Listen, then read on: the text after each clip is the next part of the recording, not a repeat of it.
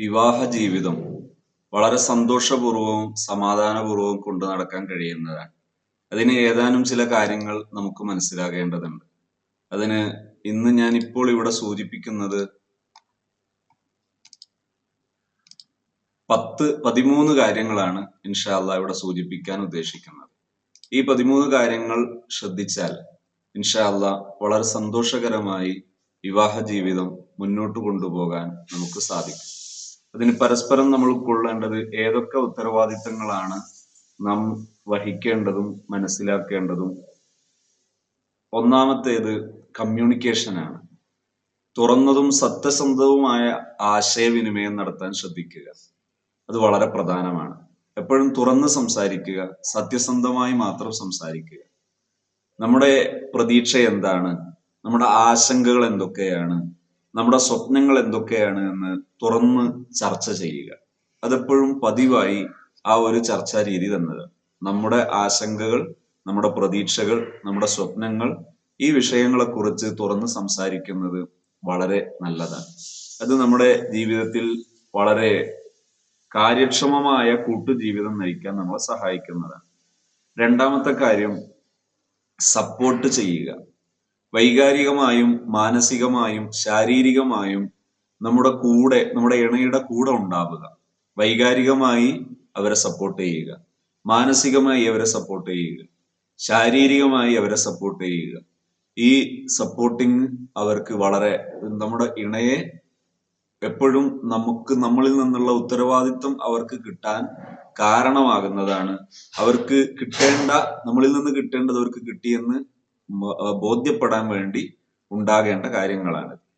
ഇവിടെ അവരുടെ ഭർത്താവ് ഭാര്യയുടെ, ഭാര്യ ഭർത്താവിന്റെ അവരുടെ ഉത്തരവാദിത്തങ്ങൾ നിർവഹിക്കുന്ന സമയത്ത്, അവരുടെ ഓരോരുത്തരുടെയും ഡ്യൂട്ടികൾ നിർവഹിക്കുന്ന സമയത്ത് അവരെ സപ്പോർട്ട് ചെയ്യുക, പിന്തുണ കൊടുക്കുക. ഭർത്താവ് ജോലിക്ക് പോകുമ്പോൾ അതിന് നല്ല സപ്പോർട്ട് കൊടുക്കുക. നിങ്ങൾ സ്വതന്ത്രമായി മുന്നോട്ട് പോയിക്കോളൂ, നിങ്ങളെ കൂടെ ഞങ്ങൾ ഉണ്ടാകും എന്ന ആശയം വരുന്ന രീതിയിൽ അവരോട് സംവദിക്കുക. തിരിച്ചും നീ ധൈര്യമായി നിന്റെ കാര്യങ്ങൾ ചെയ്തോളൂ, ഞാൻ കൂടെയുണ്ട്. ആ കൂടെയുണ്ട് എന്ന ആശയം വലിയ ഒരു സപ്പോർട്ടാണ്. എപ്പോഴും പിന്തുണ കൊടുക്കുക. പ്രയാസപ്പെട്ട സമയങ്ങളിൽ അവരോട് എപ്പോ വേണമെങ്കിലും എന്നെ വിളിച്ചോളൂ, ഞാൻ കൂടെ ഉണ്ടാകും എന്ന രീതിയിൽ, പ്രയാസമുള്ള സമയങ്ങളിൽ ഞാൻ എപ്പോഴും കൂടെ ഉണ്ടാകും എന്ന രീതിയിൽ സംവദിക്കുക. ഇതെപ്പോഴും വലിയ ആശ്വാസം നൽകും. ചെറിയ വാക്കുകളാണെങ്കിലും അത് വലിയ ആശ്വാസം നൽകുന്നതാണ്. മൂന്നാമത്തേത് റെസ്പെക്ട്. ഇവിടെ ശ്രദ്ധിക്കേണ്ടത്, അവരൊരു ഉത്തരവാദിത്വം നിർവഹിക്കുന്ന സമയത്ത് അതിലെല്ലാം കയറി അതിങ്ങനെയാക്കണം ഇതിങ്ങനെയാക്കണം എന്ന് അഭിപ്രായം പറയേണ്ടതില്ല. മറിച്ച് അവർക്ക് ചെയ്യാനുള്ള സ്വാതന്ത്ര്യം കൊടുക്കുകയും ഞാൻ കൂടെയുണ്ട് എന്ന സപ്പോർട്ട് കൊടുക്കുകയും ചെയ്താൽ തന്നെ ധാരാളമാണ്. മൂന്നാമത്തേത് റെസ്പെക്ട്, ബഹുമാനിക്കുക. Respect your partners opinions. നമ്മുടെ ജീവിത പങ്കാളിയുടെ അഭിപ്രായത്തെ മാനിക്കുക. അവരുടെ അഭിപ്രായങ്ങൾക്ക് ആ കൃത്യമായ ഒരു പ്രാധാന്യം നൽകുക. അവരുടെ വ്യക്തിത്വത്തെ മാനിക്കുക. അവരുടെ വ്യക്തിത്വം ഇന്നതാണ്, ആ വ്യക്തിത്വത്തെ നമ്മൾ സപ്പോർട്ട് ചെയ്യുന്നു എന്നത് മനസ്സിലാക്കുക. വിവാഹം പരസ്പരം തുല്യ പ്രാധാന്യം കൊടുക്കുക. ഒരാൾ മേലെ ഒരാൾ താഴെ എന്നതിലുപരി പരസ്പരം ഭർത്താവ് ഭാര്യക്ക് നല്ല പ്രാധാന്യം കൊടുക്കുക, ബഹുമാനം കൊടുക്കുക. ഭാര്യ ഭർത്താവിനും കൃത്യമായി ബഹുമാനം കൊടുക്കുക. ഇസ്ലാമിക് കൺസെപ്റ്റും അങ്ങനെയാണ്. എപ്പോഴും ബഹുമാനം പരസ്പരം ആവശ്യമാണ്. ഒരാളെ നിന്ദിക്കാൻ പാടില്ല. അത് ജീവിതത്തിൽ ഒരാളെ തന്നെയും നിന്ദിക്കാൻ പാടില്ല, പ്രത്യേകിച്ച് നമ്മുടെ ലൈഫ് പാർട്ട്നേഴ്സിനെ ഒരിക്കലും നിന്ദിക്കാൻ പാടില്ല. നാലാമത്തതാണ് responsibility. Take responsibility for your actions and your share of household കോസ്. എപ്പോഴെങ്കിലും വീട്ടിലെ പ്രവർത്തികള്, വീട്ടുജോലികള്, സാമ്പത്തിക കാര്യങ്ങൾ ഇത്തരം തീരുമാനിക്കുന്ന സമയത്ത് ഓരോരുത്തരുടെ ഉത്തരവാദിത്വം ഓരോരുത്തരെ ഏറ്റെടുക്കണം. ഇപ്പൊ ഒരു ഭർത്താവ് എന്നുള്ള നിലക്ക് സാമ്പത്തിക ഉത്തരവാദിത്തങ്ങൾ ഏറ്റെടുക്കുമ്പോൾ അത് ഏറ്റെടുക്കുക. അത് മറ്റുള്ളവരുടെ തലയിലിടരുത്. നമ്മുടെ ഉത്തരവാദിത്തങ്ങൾ നമ്മൾ ചെയ്യുക. ഒരു ഭാര്യ വീട്ടുജോലിയാണ് ഏറ്റെടുക്കുന്നതെങ്കിൽ ആ വീട്ടുജോലികൾ അവർ ചെയ്യുക. അത് മറ്റുള്ളവരുടെ തലയിലിടരുത്. അത് അല്ല ഇത് ഞാൻ മാത്രം എന്താണ് എല്ലാവർക്കും ചെയ്തുകൂടെ എന്നൊക്കെ ചോദിക്കുന്ന രീതിയിൽ വന്നാൽ, റെസ്പോൺസിബിലിറ്റികളിൽ നിന്നും ഉത്തരവാദിത്തങ്ങളിൽ നിന്നും ഓരോരുത്തർ ഒഴിഞ്ഞു നിൽക്കാൻ തുടങ്ങിയാൽ ജീവിതം അലങ്കോലപ്പെടും, കെട്ടഴിഞ്ഞു പോകും. അത് പരസ്പരം ഒരു ചട്ട പോയ പുസ്തകം പോലെ ആയിപ്പോകും. ചട്ടപോയ പുസ്തകം പിന്നെ പേജുകൾ ഒന്നൊന്നായി പറഞ്ഞുകൊണ്ടേയിരിക്കും. അതുപോലെ ആകാതിരിക്കണമെങ്കിൽ അവരവരുടെ ഉത്തരവാദിത്തങ്ങൾ ഓരോരുത്തരും ഏറ്റെടുക്കും. ഭർത്താവ് സാമ്പത്തികം ഏറ്റെടുക്കലാണ് പൊതുവിൽ നമ്മുടെ നാട്ടിൽ. അപ്പൊ അവർ സാമ്പത്തിക ഉത്തരവാദിത്തങ്ങൾ ഏറ്റെടുത്ത് അതിനു വേണ്ടി അവർ പരിശ്രമിക്കണം. അതേസമയത്ത് മറ്റുള്ളവർ അതിന് സപ്പോർട്ട് ചെയ്യണം. അഞ്ചാമത്തെ കാര്യം ക്വാളിറ്റി ടൈം. നമ്മുടെ ബന്ധങ്ങൾ ഊട്ടി ഉറപ്പിക്കാൻ ക്വാളിറ്റി ടൈം ചെലവഴിക്കുക. അതിനുവേണ്ടി ചില ദിവസങ്ങൾ മാറ്റിവെക്കുക. അതുപോലെ പരസ്പരം ഇഷ്ടമുള്ള ഹോബികൾ ഉണ്ടെങ്കിൽ ആ ഹോബികൾ ഒന്നിച്ച് ചെയ്യുക. ഒരു കൃഷി ചെയ്യലോ ചെടി വളർത്തലോ അങ്ങനെ ഒന്നിച്ച് ചെയ്യാൻ പറ്റുന്ന ഹോബികൾ ഉണ്ടെങ്കിൽ ഒരു ഷട്ടിൽ ബാറ്റ് കളിക്കുക, അങ്ങനെ എന്തെങ്കിലും ഒന്നിച്ച് ചെയ്യാൻ പറ്റുന്ന ഐറ്റംസ് ഉണ്ടെങ്കിൽ ഒന്നിച്ച് കളിക്കുക, ഒന്നിച്ച് സമയം ചെലവഴിക്കുക, ഒന്നിച്ച് റിലാക്സ് ചെയ്യുക. എപ്പോഴെങ്കിലും ഒരു മാസത്തിൽ ഒരു ദിവസമോ അല്ലെങ്കിൽ 2 ആഴ്ച കൂടുമ്പോൾ ഒരു ദിവസമോ ഒക്കെ എവിടെയെങ്കിലും ഒന്ന് നമുക്ക് നമ്മുടെ ആ ഒരു നിലവാരത്തിന് ചേരുന്ന രീതിയിൽ എവിടെയെങ്കിലും ഒന്നിച്ചിരുന്ന് സമയം ചെലവഴിക്കുക, റിലാക്സ് ചെയ്യുക. ഇത് അഞ്ചാമത്തെ കാര്യം. ആറാമത്തേത് കോംപ്രമൈസ്. ഇപ്പോഴും വിട്ടുവീഴ്ച ആവശ്യമുള്ളിടത്ത് വിട്ടുവീഴ്ച ചെയ്യണം. എല്ലാം ഞാൻ ഉദ്ദേശിച്ചതുപോലെ മാത്രം നടക്കുക എന്നതിലുപരി വിട്ടുവീഴ്ചകൾ ചെയ്യാനുള്ള മനസ്സ് എപ്പോഴും ഉണ്ടാകണം. ഇത് ജീവിതത്തെ എപ്പോഴും ബ്യൂട്ടിഫുൾ ആക്കും. ജീവിതത്തെ കളർഫുൾ ആക്കുന്നതാണ് വിട്ടുവീഴ്ചകൾ ചെയ്യുക. എല്ലാറ്റിനും കണക്ക് പറഞ്ഞ് ശിക്ഷിക്കുകയും കണക്ക് പറഞ്ഞ് ആകെ എന്ത് ചെയ്യുക, മറ്റുള്ളവരോട് കണക്ക് തീർക്കുന്നതിന് പകരം വിട്ടുവീഴ്ചകൾ ചെയ്യുന്ന സ്വഭാവം ഉണ്ടായാൽ അത് ജീവിതത്തെ ഏറെ ആസ്വാദ്യകരമാക്കുന്നതാണ്. പരസ്പരം മറ്റുള്ളവർ പറയുന്നത് കേൾക്കുക, പരിഹാരങ്ങൾ കണ്ടെത്തേണ്ടതിന് പരിഹാരങ്ങൾ കണ്ടെത്തുക. ഏഴാമത്തെ കാര്യം പേഷ്യൻസ്, ഒരു ക്ഷമ ഉണ്ടാവുക. എപ്പോഴും നമ്മളൊരു വിഷയം ഒരു സ്ഥാനത്തേക്ക് എത്തിക്കാൻ, ഇതൊരു ലൈഫാണ്, ലൈഫ് ഒരു സ്ഥാനത്തേക്ക് എത്തിക്കാൻ സമയമെടുത്താണ് ചെയ്യേണ്ടത്. എല്ലാം പെട്ടെന്ന് എല്ലാം നടക്കണം എന്ന ചിന്താഗതി ഒഴിവാക്കുക. ഒരു ഗർഭധാരണം, അതല്ലെങ്കിൽ ഒരു ജോലി നേടുക, അങ്ങനെ തുടങ്ങിയിട്ടുള്ള വളരെ പ്രധാനപ്പെട്ട വലിയ വലിയ കാര്യങ്ങളൊക്കെ സ്ഥാപിക്കുന്ന സമയത്ത് എല്ലാം പെട്ടെന്നാകണമെന്ന ആ ഒരു ചിന്താഗതിക്ക് പകരം ഓരോന്നിനും അതിൻ്റെതായ ഡ്യൂറേഷൻ, സമയപരിധികൾ എടുത്തുകൊണ്ട് ചെയ്യുക. വെല്ലുവിളികളെ ക്ഷമയോടെ നേരിടുക. വ്യത്യസ്തതകളെയും ഉൾക്കൊള്ളുക. അത് പരസ്പരം മനസ്സിലാക്കിയാൽ ജീവിതം വേറെ ആസ്വാദ്യകരമാകും. എല്ലാവരും ഒരുപോലെയാണ് എന്നുള്ള ചിന്താഗതി ഒഴിവാക്കുക. എട്ടാമത്തെ കാര്യം ഫൈനാൻഷ്യൽ പ്ലാനിങ്. ഒരു ബജറ്റ് ഉണ്ടാക്കണം.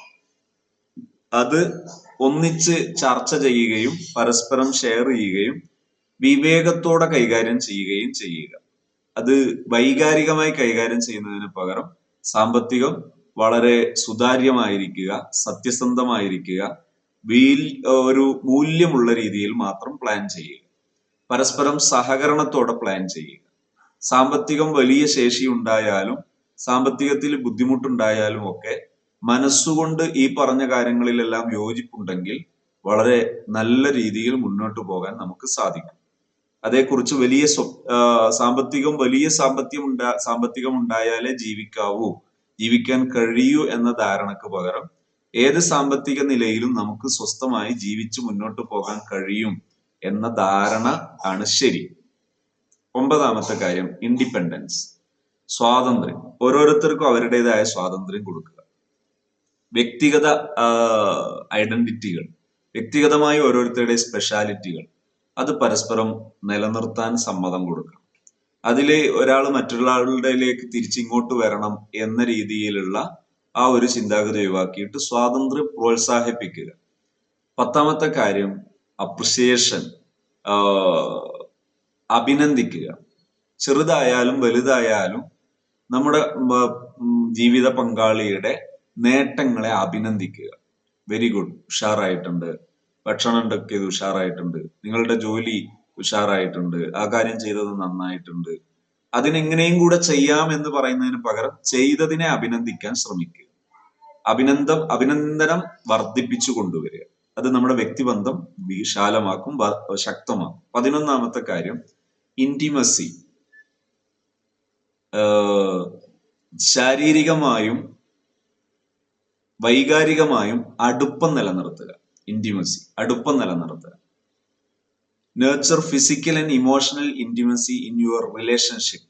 ശാരീരികമായും മാനസികമായും വൈകാരികമായും നമ്മളവരെ കൂടെയുണ്ട് എന്നെപ്പോഴും വരുത്തി തീർക്കുക. വരുത്തി തീർക്കൽ അങ്ങനെ ഉണ്ടാകണം. അതിനുണ്ടാകുന്ന ആ ഒരു തീപ്പൊരി, ആ ഒരു